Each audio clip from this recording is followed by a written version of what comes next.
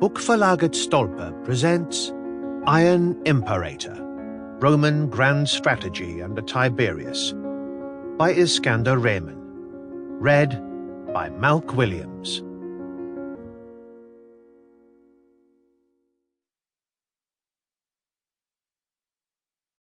Foreword by Sir Peter Stothard.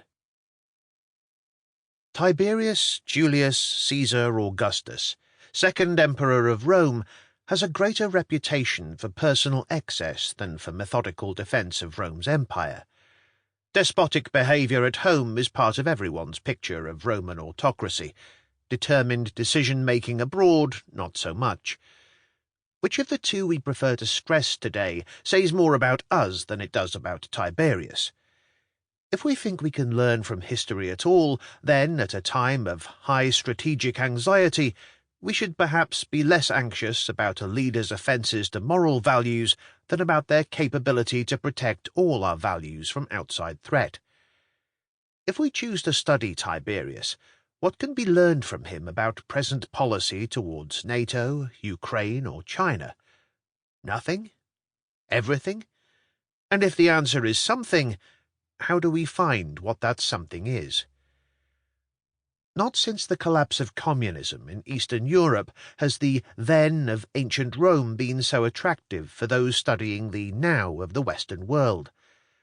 The discipline of applied history is having a renaissance.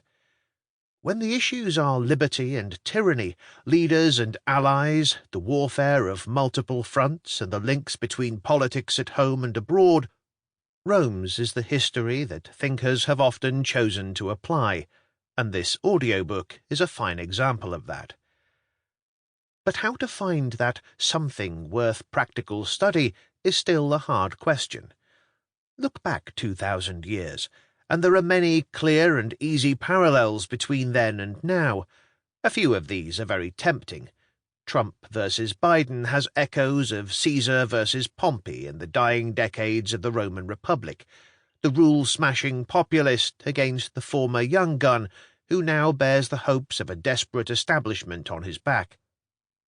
Trump is so often caricatured as an emperor, not often a good one, that his wreaths of olive leaves, like his orange hair, are almost routine.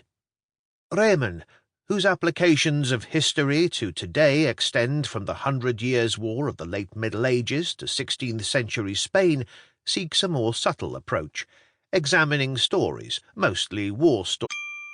Sample complete. Ready to continue?